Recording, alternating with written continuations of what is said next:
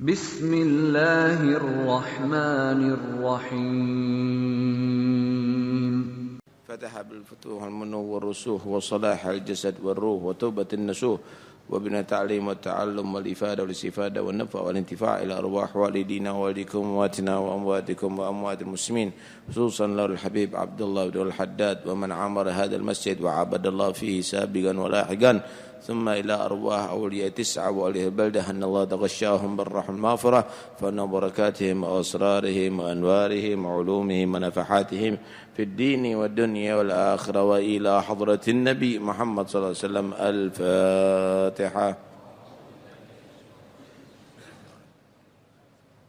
إياك نعبد وإياك نستعين صراط المستقيم صراط الذين أنعمت عليهم غير المغضوب عليهم ولا الضالين آمين. بسم الله الرحمن الرحيم. الحمد لله رب العالمين والصلاة والسلام على سيد المرسلين وعلى آله وصحبه أجمعين.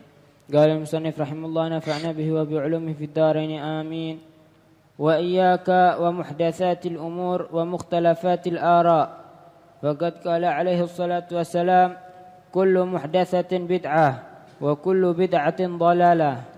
وقال عليه السلام من أحدث في أمرنا هذا ما ليس منه فهو رد. والبدع ثلاث: بدعة حسنة وهي ما رآه أئمة الهدى مما يوافق الكتاب والسنة من حيث إيثار الأصلح والأنفع والأحسان، وذلك كجمع القرآن في مصحف لأبي بكر، ونسب الديوان وصلاة التراويح لعمر، وترتيب المصحف والآذان الأول يوم الجمعة لعثمان، وأحكام قتال البغاء لعلي رضي الله عنه وعن الخلفاء الأربعة. والثانية بدعة مذمومة على لسان الزهد والورع والقناعة فقط، وذلك كالتوسع في الملابس والمآكل والمساكن المباحة. والثالثة بدعة مذمومة مطلقا، وهي ما خالف نصوص الكتاب والسنة أو خرق إجماع الأمة، وقد وقع من هذا النوع للمبتدعة كثير في الأصول، وقل وقوعه في الفروع. وكل من لم يبالغ في التمسك بالكتاب والسنة ولم يبذل وسعه في متابعة الرسول، وهو مع ذلك يدعي أن له مكانة من الله تعالى، فلا تلتفت إليه ولا تعرج عليه. وإن طار في الهواء ومشى على الماء وطويت له المسافات وخرجت له العادات، فإن ذلك يقع كثيرا للشياطين والسحرة والكهان والعرافين والمنجمين وغيرهم من الضلال، ولا يخرج مثل ذلك عن كونه استدراجا وتلبيسا إلى كونه كرامة وتأييدا إلا وجود الاستقامة في من ظهر عليه. وهذا المغرور وأمثاله إنما يلبسون على الغوغاء والسفلة الذين يعبدون الله على شك. وأما أولو العقول والألباب فقد علموا أن تفاوت المؤمنين في القرب من الله وعلى حسب تفاوتهم في متابعة الرسول، وأنه كلما كانت المتابعة أكمل كان القرب من الله أتم وكانت المعرفة به أجل. لا آخر ما قال رضي الله عنه وأرضاه. بسم الله والحمد لله والصلاة والسلام على رسول الله سيدنا مولانا محمد بن عبد الله وعلى آله وصحبه ومن والاه. قال المصنف رحمه الله ونفعنا به وبعلومه في الدارين آمين. وإياك, dan berhati-hatilah, wa muhdatsatil umur, dengan perkara-perkara yang baru, perkara-perkara yang baru, wa mukhtalafatil ara, dan perbedaan-perbedaan pendapat. Qad qala alaihi salatu wassalam, dan telah bersabda Nabi sallallahu alaihi wasallam, kullu muhdatsatin bid'ah, segala yang baru adalah bid'ah, wa kullu bid'atin dhalalah, dan segala bid'ah itu sesat. Wa qala alaihi salam, dan bersabda Nabi sallallahu alaihi wasallam, man ahdatha, siapa yang mengadakan fi amrina dalam urusan agama kita, hadza ini ma laisa minhu, apa yang tidak ada dalam urusan agama, fahuwa raddun, maka itu tertolak, tidak diterima. Masalah bid'ah. Ada hal yang sangat penting untuk masalah bid'ah ini. Bid'ah itu harus kita jauhi. Ada yang memukul rata semua yang tidak dilakukan Nabi bid'ah. Ada lagi yang mengatakan enggak ada bid'ah itu, pokoknya yang bagus bukan bid'ah. Ada lagi yang membagi yang tidak bertentangan dengan Al-Quran dan hadis bukan bid'ah, tapi yang baru bertentangan dengan Al-Quran dan hadis adalah bid'ah. Gimana kita mensikapi hadis kullu bid'atin dhalalah? Semua bid'ah itu sesat. Islam ini adalah agama yang sudah sempurna ya. Semua ada aturannya. Semua ada rujukannya. Urusan yang wajib udah diterangkan dalam agama. Urusan yang dilarang, yang haram udah juga diterangkan dalam agama. Yang sunnah juga diterangkan. Yang makruh juga demikian. Yang mubah berarti yang belum ada keterangan larangan dari Allah dan Nabi-Nya. Karena itu dalam semua hal kita harus kembali kepada usuluddin, pokok-pokok agama, dan kembali kepada ahkamuddin, hukum-hukum agama. Kalau kita misalnya mendapatkan model baru pakaian, ini haram, boleh apa enggak? Dilihat. Apakah wajib untuk pakai pakaian itu? Enggak, wajibnya menutup aurat. Apakah pakaian itu kategori sunnah? Enggak juga sih, karena bukan yang dipakai oleh Nabi atau diperintahkan oleh Nabi. Apakah haram? Dilihat dari sutra enggak? Sutra asli enggak? Kalau dari sutra ada larangannya. Oh, bukan dari sutra. Apakah makruh hukumnya? Enggak ada ya makruh. Berarti harus dimasukkan kategori mubah. Paham nih ya? Ada model jajan yang baru. Ini jajan hukumnya apa ini? Dilihat. Ini jajan wajib enggak? Oh, enggak juga sih. Enggak wajib, karena enggak ada makan wajib hukumnya. Ini jajan sunnah enggak? Enggak juga sih. Ada makanan yang sunnah dimakan, seperti kurma untuk berbuka puasa. Makruh enggak? Enggak juga. Haram, ada unsur babi enggak? Ada unsur yang diharamkan enggak? Enggak ada. Berarti hukumnya mubah gitu.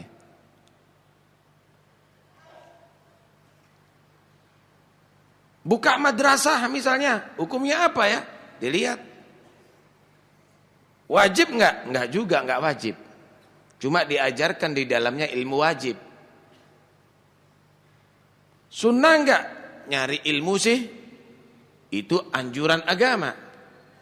Haram kalau diajarkan madrasah ilmu sihir, bisa haram itu. Makruh enggak juga. Mubah karena diajarkan ilmu agama enggak mubah jadinya.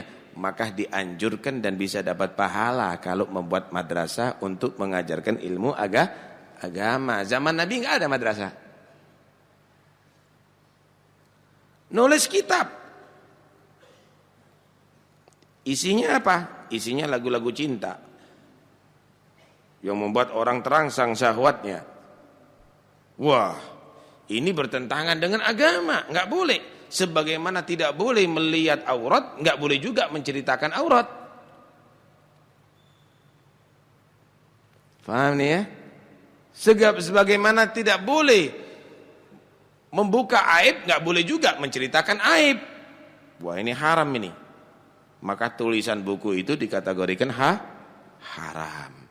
Karena itu setiap perbuatan apapun yang terjadi yang baru, kembalikan kepada hukum-hukum agama. Paham nih ya? Kalau enggak ada larangan dari Nabi, maka jangan Anda larang. Kalau tidak ada perintah dari Nabi, maka jangan dihukumi itu sunnah. Kalau begitu enggak ada perintah, enggak ada larangan, berarti masukkan kategori mubah. Begitu loh. Enggak ada larangan, diharamkan. Ah, ini yang dikatakan Nabi, man ahdatha, siapa yang ngada-ngadakan yang baru, fi amrina, dalam urusan agama, ma laisa minhu, padahal enggak ada daripada ajaran agama yang begitu, fa huwa raddun, ditolak. Hukum haram itu harus punya dalil. Sebagaimana hukum sunnah dan hukum wajib itu ada dalilnya. Kalau enggak ada dalilnya, diharamkan, berarti ngada-ngada urusan agama, mardud, itu ditolak. Paham nih ya? Loh, Nabi enggak mengerjakan kok. Nabi enggak mengerjakan, ya berarti haram. Lah ini, dengarkan baik-baik. Istimbatul ahkam, mengambil hukum, itu bukan karena Nabi tidak mengerjakan, bukan yang dikerjakan Nabi jadi haram, enggak ada. Kalau ada wurudul amri, ada perintah dari Nabi atau dari Al-Quran, maka itu bisa menghasilkan hukum wajib atau sunnah. Kalau ada perintah dari Nabi atau Al-Quran, maka bisa menghasilkan hukum wajib atau sunnah. Contoh, idza qumtum ila sholati faghsilu wujuhakum wa aydiyakum ilal marafiq ila akhirih. Jika mau melaksanakan salat, wuduklah kamu, basuh muka, basuh kedua tangan, usap ke sebagian kepala, basuh kaki. Berarti hukumnya wajib wudu sebelum salat. Ada perintah, paham nih ya? Kalau ada anjuran dari Nabi melakukan sesuatu, maka hukumnya itu menjadi sunnah. Banyak itu perintah. Perintah untuk sholat duha, sunnah jadinya. Kalau ada larangan dari Nabi, maka bisa menghasilkan haram dari Nabi atau dari Al-Quran, maka bisa menghasilkan haram atau makruh. Wala taqrabuz zina, jangan dekati perbuatan zina, berarti hukumnya haram. Itu berzina. La tantifu syaiba, kata Nabi, jangan dicabut uban kamu, berarti menghasilkan hukum makruh karena ada larangan dari Nabi. Kalau enggak ada larangan, enggak ada perintah, berarti hukumnya mubah. Mengambil hukum haram itu karena ada wurudun nahyi, larangan dari Nabi. Kalau enggak ada larangan, tidak ada hukumnya itu menjadi haram, walaupun Nabi sendiri enggak mengerjakan. Ingat baik-baik itu.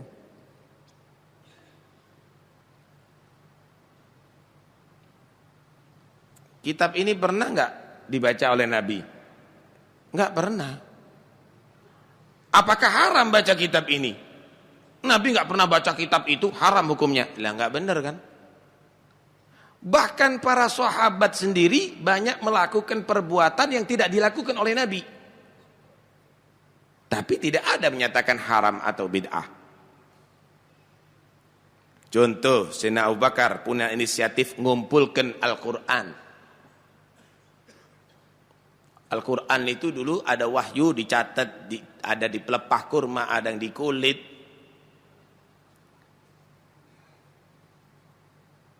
Adanya di tempat masing-masing.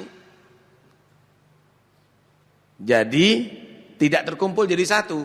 Maka Sayyidina Abu Bakar As-Siddiq dengan kecerdasannya punya inisiatif, kita kumpulkan jadi satu. Diminta yang nulis-nulis Al-Quran jadi satu, dikumpulkan. Sayyidina Umar bin Al-Khattab radhiyallahu an, beliau membuat diwan, struktur pemerintahan. Dulu zamannya Nabi nggak ada yang namanya amir, gubernur, nggak ada. Kementerian nggak ada. Sayyidina Umar bin Al-Khattab karena meluas Islam saat itu diatur. Ada gubernur Kufah, ada gubernur Mesir, ada gubernur Yaman, ada gubernur itu. Struktur pemerintahan ada. Itu Sayyidina Umar yang mengadakan pertama. Loh, apakah haram Sayyidina Umar melakukan itu padahal Nabi tidak mengerjakan? Demikian juga menentukan sholat tarawih. Zamannya Nabi sholat tarawih tadi itu tidak ditentukan waktunya. Yang penting setelah sholat isya, ada yang mengerjakan di awal waktu, ada yang di tengah malam, ada yang di akhir malam, ada yang sendiri, ada yang berjamaah. Sayyidina Umar punya inisiatif, digabung aja dah. Ditentukan jam sekian, diadakan sholat berjamaah, ditentukan imamnya, kumpul jadi satu. Sampai begitu melihat bagaimana guyupnya kaum muslimin, banyaknya yang merespon, tampaklah syiar Ramadan saat itu sambil menyatakan Sayyidina Umar, ni'matil bid'atu hadhihi. Bid'ah nikmat ya ini. Bid'ah yang bagus, yang mulia ya ini. Udah Sayyidina Umar enggak ngerti bid'ah kok ngomong begitu tuh. Nih. Sayyidina Utsman bin Affan radhiyallahu an mentertibkan Al-Quran. Kalau Sayyidina Abu Bakar ngumpulkan, Sayyidina Utsman menertibkan juz pertama, juz kedua, ayat pertama, ayat kedua, ayat ketiga. Enggak ada juz, ayat-ayat, surat-surat. Surat pertama, surat kedua, sampai jadikan mushaf, menertibkan Al-Quran. Dan juga azan pertama ada di Jumat. Zamannya Nabi azan cuma satu kali. Setelah imam naik mimbar, assalamualaikum warahmatullahi wabarakatuh, adzan, yaitu adzan. Adzan pertama itu Sayyidina Utsman bin Affan. Kenapa? Melihat muslimin banyak, takut terlambat mereka tadi itu untuk menghadiri Jumat, dibuat adzan pertama supaya cepat berangkat. Kumpul semuanya, imam naik mimbar, adzan. Itu adzan aslinya. Sayyidina Ali bin Abi Thalib membuat hukum Qitalul Bugha, cara memerangi orang yang menentang pemerintahan yang sah. Nah, zamannya Nabi enggak ada begitu. Lah, di sini kita bisa lihat banyak sahabat melakukan hal-hal yang baru yang tidak dilakukan oleh Nabi, tapi tidak ada satupun di antara sahabat menyatakan perbuatan itu adalah haram atau bid'ah. Lah sahabat itu enggak apa-apa karena memang sahabat untuk ditiru. Yang dilakukan oleh Nabi dan sahabat, baik, kita akan melangkah setelah sahabat, ada banyak hal yang baru yang tidak dilakukan oleh sahabat dan Nabi. Contoh, ilmu fikih dari mana? Usul fikih, qawaidul fiqhiyah, ilmu saraf, ilmu balaghah, ilmu arud, pengumpulan hadis. Imam Bukhari mengumpulkan hadis, sahabat ada yang mengumpulkan hadis. Imam Muslim mengumpulkan hadis. Abu Dawud, Tirmidzi, Nasa'i, Ibn Majah, Al-Hakim mengumpulkan hadis. Belum-belum kitab yang lainnya, ilmu mustalahil hadis. Dari mana itu semuanya? Tidak ada satupun yang menyatakan bahwa ilmu-ilmu itu adalah bid'ah dan itu adalah haram. Karena itu, jangan langsung menuduh. Gimana makna hadis kullu bid'atin dhalalah? Kan kullu, semua bid'ah itu sesat. Dan semua kesesatan itu di neraka. Vonis lagi. Gimana ini? Padahal Seperti saya terangkan tadi itu ada 5 dasarnya yang harus kita kembalikan segala yang baru tadi itu. Itu adalah ucapan Ibn Abdissalam, Al-Imam Syafi'i. Di dalam kitab Fathul Bari Ibn Hajar, juga Syarah Nawawi, diterangkan di situ Imam Syafi'i membagi 2 bid'ah itu. Ada madhmumah, ada mahmudah. Ada yang tercelah, ada yang terpuji. Loh kok dibagi 2? Padahal Nabi menyatakan kullu kok, semua bid'ah sesat. Loh kok dibagi 2? Kita harus faham arti kullu dalam bahasa Arab. Kalau ngartikan hadis, ngartikan Al-Quran itu harus lewat bahasa Arab. Jangan diartikan bahasa Indonesia. Semua itu kalau bahasa Indonesia entek ricik wis, kono kabeh berarti. Kalau kullu dalam bahasa Arab itu macam-macam maknanya, Mas. Karena itu kalau ngartikan hadis jangan dengan bahasanya kamu, bahasanya hadis. Dengan bahasanya Al-Qur'an. Coba dengarkan baik-baik ayat yang berbunyi.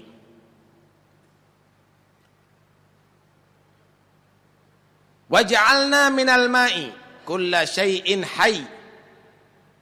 Aku jadikan dari air kulla syai'in hayy, segala sesuatu yang hidup. Manusia dari air ya, air mani ya. Binatang dari air mani ya. Tumbuhan keluar dari air ya. Malaikat dari air. Jin dari air. Walaqad khalaqnal wal jannah khalaqnahu min naris samum, kata Allah. Loh, kalau begitu kenapa Allah menyatakan kulla syai'in hayy? Aku ciptakan dari air segala sesuatu yang hidup. Lah, kulla syai'in hayy itu bukan bahasanya kamu, itu bahasanya Al-Qur'an.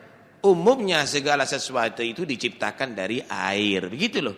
Tapi ada yang tidak diciptakan dari air. Tak tambahi lagi. Di surat Kahfi. Ini supaya tahu ngartikan hadis sama ngartikan ayat Al-Quran. Di surat Kahfi Allah subhanahu wa ta'ala menceritakan bagaimana Khidir alaihi salam memecah kapal.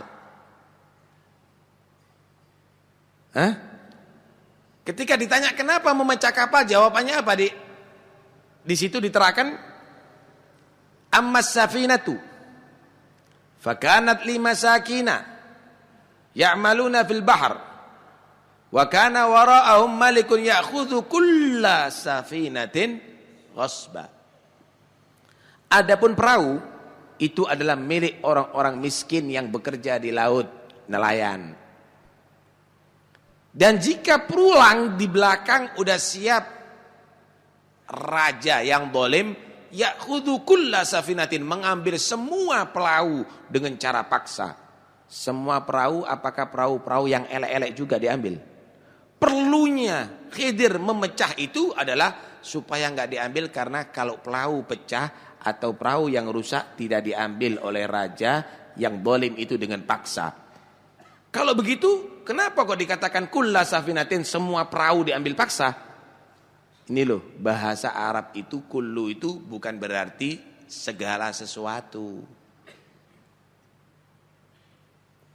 Kulla safinatin, semua perahu yang baru, yang apik diambil dengan paksa gitu. Banyak sekali kalau kita mau terangkan ada di sini panjang lebar. Hadis juga banyak begitu. Contoh dalam hadis ya. Kullu ainin zaniyatun, setiap mata berzina. Saiki matamu zina. Setiap mata yang memandang bukan mahramnya itu adalah berzina begitu. Atau setiap mata dapat melakukan perzinaan. Sing delok iku sing zina. Bukan yang tidak melihat. Jadi kalau ngartikan begini, kullu bid'atin, semua bid'ah itu sesat. Butuh berarti semua yang baru, semua bid'ah yang bertentangan dengan Al-Quran dan hadis, dhalalatun, sesat. Lah yang sesat ini, wa kullu dhalalatin, semua yang sesat, finnar, di neraka. Begitu loh. Tapi yang dilakukan oleh Sayyidina Umar yang dikatakan nikmatil bid'ah, bid'ah yang bagus, kata Sayyidina Umar, itu bukan sesat dan masuk neraka. Yang dilakukan oleh Sayyidina Utsman bukan sesat neraka. Yang dilakukan oleh Bukhari, yang dilakukan oleh imam-imam yang lainnya, bukan sesat dan masuk neraka. Lah, enak sudah ada solusinya. Long Imam Syafi'i ngomong gini, Imam Abdus Salam ngomong begitu. Ini bukan imam musola ngomongnya lain. Turun dari imam. Karena itu kalau ngartikan hadis harus benar-benar teliti. Kalau belum ngerti ya belajar dulu. Jangan langsung menvonis, apalagi bertentangan dengan yang dilakukan oleh para salafus soleh. Dikatakan di sini wal bid'ah salasun, bid'ah itu 3 macam. Pertama bid'atun hasanah, bid'ah positif. Bid'ah positif wa hiya ma ra'ahu a'immatul huda, yang dipandang oleh pemimpin-pemimpin yang bagus, imam-imam, ulama-ulama yang soleh, mimma yuwafiqul kitab was sunnah, daripada yang mencocoki dengan ajaran Al-Quran dan hadis. Min haitsu itharul aslah wal anfa wal ahsan, karena lebih mementingkan yang paling manfaat, yang paling bagus, yang paling baik dalam urusan agama. Wadhalik, dan itu kajam'il Quran, seperti mengumpulkannya Al-Quran fi mushaf li Abi Bakar, di mushaf Abu Bakar. Wa nasbid diwan wa salatit tarawih li Umar, dan membuat struktur pemerintahan dan salat tarawih bagi Sayyidina Umar. Wa tartibil mushaf wal adhanil awal yaumal jum'ah li Utsman, mentertibkan mushaf dan adzan pertama yang dilakukan oleh Sayyidina Utsman. Wa ahkam gitalil bughah, dan hukum-hukum tentang peperangan terhadap penentang pemerintahan yang sah li Ali radhiyallahu anhu, bagi Sayyidina Ali radhiyallahu anhu. Jadi Quran dulu itu akeh sing hafal gitu loh. Sayyidina Utsman, Sayyidina Abu Bakar lihat, wah ini generasi yang berikutnya kalau nggak ada yang hafal bahaya ini. Kumpulkan tulisannya. Sayyidina Utsman, wes bukukan. Gitu. Dulu tulisan bahasa Arab itu tidak ada titik, tidak ada titiknya. Dulu itu tidak ada rubuk, nisif, mukro. Zamannya sahabat Quran itu juz tidak ada. Itu di zaman tabi'in, Hajjaj bin Yusuf, itu membuat titik. Tak itu dikasih titik 2, ba itu 1 ada di bawah, sa itu titik 3, nun itu titik 1 di atas, ha itu baru itu semuanya. Kalau Anda lihat di kitab-kitab semuanya ono kabeh titiknya. Waduh bid'ah dolala moco dolala kabeh kok. Sesat semuanya kamu. Ini yang suka wiritan gitu biasanya ulama Saudi itu gitu-gitu ya. Padahal di sana ada bid'ah yang sudah jelas tapi enggak pernah dibicarakan. Apa? Kerajaan itu bid'ah, enggak ada zamannya Nabi. Enggak ada juga zamannya sahabat. Kenapa enggak bilang bid'ah dan mereka masuk neraka semuanya? Ayo. Enggak ada zamannya Nabi, enggak ada zamannya sahabat. Kerajaan turun-menurun begitu tuh enggak ada. Itu bid'ah semuanya itu. Wa kullu bid'atin dhalalah wa kullu dhalalatin finnar. Dan itu bertentangan dengan Al-Quran dan hadis, karena Al-Quran dan hadis memerintahkan untuk mengangkat pemimpin secara musyawarah. Wa syawirhum fil amr wa amruhum syura bainahum. Ngomong. Kenapa enggak berbicara begitu sekarang? Hati-hati. Jangan dianggap orang bodoh semuanya. Baik.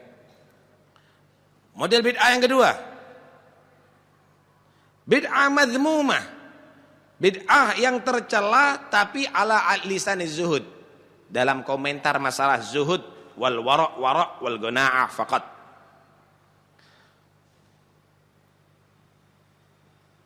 Wadzalika katawassu' fil malabis, seperti terlalu bermewah-mewahan dalam pakaian. Itu bid'ah, tercela, tapi tercela kalau dipandang daripada zuhud di dunia. Kalau gona'ah sih pakaiannya pakaian yang biasa aja. Pakaian mewah bid'ah itu. Artinya kurang bagus. Kenapa? Nabi dikasih pakaian mewah nggak mau dipakai.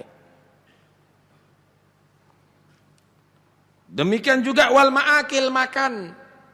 Jangan terlalu kamu makan itu boros. Kenapa? Nabi sahabat makannya nggak boros. Itu bid'ah. Wal masakin. Juga demikian tempat-tempat yang mubah. Rumahnya terlalu mewah. Nabi itu kalau mau, wah bisa terkaya. Nabi itu milih memang hidup tidak mau kaya, gitu loh. Lah kalau mau niru Nabi, wah hebat. Kalau enggak, bukan berarti haram, tapi enggak bagus lah. Kalau mau zuhud, ya begini, tingkatannya lain.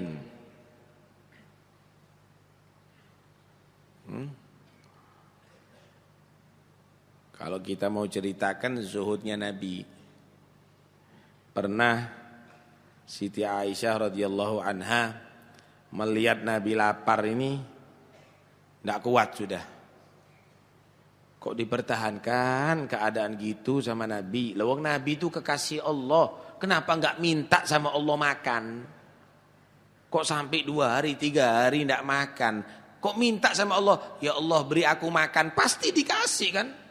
Enggak usah minta sama Tuhan, minta sama sahabat aja rebutan yang ngasih. Tapi Nabi enggak mau minta. Sampai dibelebet, diikat perutnya untuk menahan rasa lapar. Masih senyum kepada sahabat-sahabatnya, masih ngimami sholat walaupun lapar. Kalau kita kan enggak, kalau emak gelegeen nih ditetek. Ai. Kenapa? Cik ini disiapno mangan.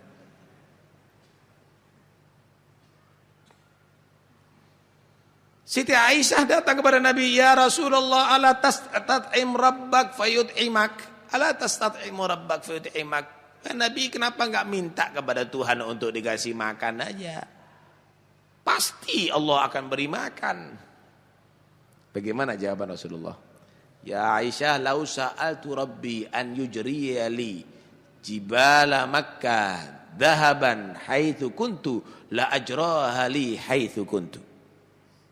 Haitsu akun walakinni ikhtartu ju'ad dunya ala shibaiha wa faqrad dunya ala ghinaha wa murrad dunya ala huluwiha, atau kama qala sallallahu alaihi wasallam. Aisyah, kalau seandainya aku minta kepada Allah untuk dijadikan gunung-gunung yang di kota Makkah itu emas di mana aku berada, akan terjadi itu bagiku emas. Tapi memang aku yang milih. Aku itu seneng ngerasakan lapar di dunia daripada kenyang. Pilihanku memang ngerasakan susah di dunia daripada bahagia. Ngerasakan melarat di dunia daripada kaya. Ngerasakan pahit di dunia daripada manis. Tuh lihat. Jadi fagernya Nabi itu bil ikhtiar, karena itu kesenangan beliau. Yang ketiga, bid'ah madzmumah mutlaqon, bid'ah yang tercela secara mutlak. Nah, enggak bisa ditolerir ini. Bid'ah yang tercela secara mutlak, enggak bisa ditolerir sama sekali. Apa? Wa hiya ma khalafa nususal kitab was sunnah au kharaja ijma'al ummah. Yaitu yang menentang nas-nas Al-Qur'an dan hadis Rasulullah, dan juga bertentangan dengan kesepakatan umat. Itu bid'ah yang enggak bisa ditolerir, wajib untuk dihindari, wajib untuk dihindari ya. Jadi kita jangan terlalu ekstrim untuk mengartikan bid'ah ini.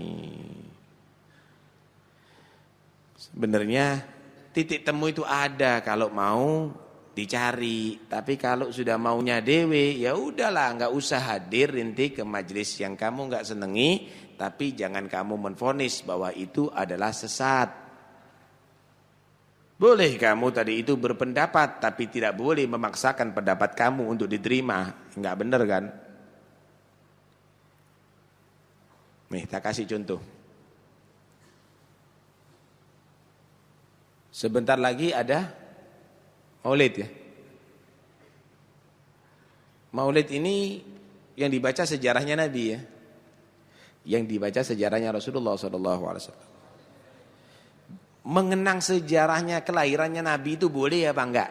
Itu intinya dulu. Kalau membaca sejarah Nabi, enggak ada yang berani melarang. Yang melarang mukmin tegondi model kayak ngono ya. Mengenang kelahiran Nabi boleh atau tidak? Sebagian orang menyatakan mengenang kelahiran Nabi itu seperti orang Nasoro mengenang kelahiran Isa. Sebetulnya enggak ada masalah mengenang kelahiran Isa, enggak ada masalah. Kenapa? Nabi Isa juga harus kita berbahagia dengan kelahiran beliau. Cuma yang jadi masalah caranya tidak bagus. Caranya dengan nyanyi, caranya dengan itu enggak benar itu. Kedua, menjadikan hari raya, enggak boleh. Kelahiran Nabi Isa dijadikan hari raya. Enggak ada hari raya itu kecuali Idul Fitri dan Idul Adha.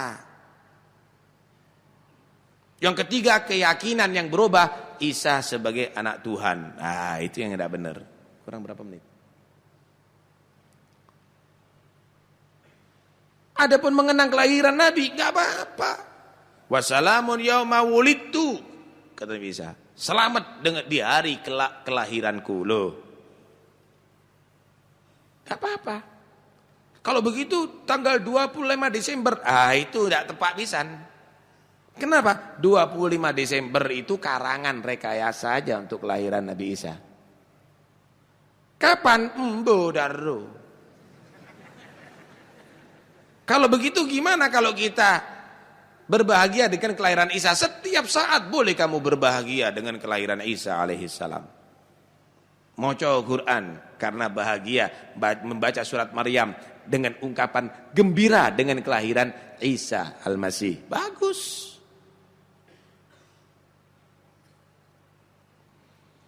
Untuk kelahiran Nabi Muhammad ada satu hadis Rasulullah. Ketika Rasulullah ditanya tentang saumu yaumil Itsnin, puasa hari Senin. Beliau menjawab, kenapa sih hari Senin kok enggak hari Selasa puasanya ya? Kok enggak hari Ahad, kok enggak hari Rabu?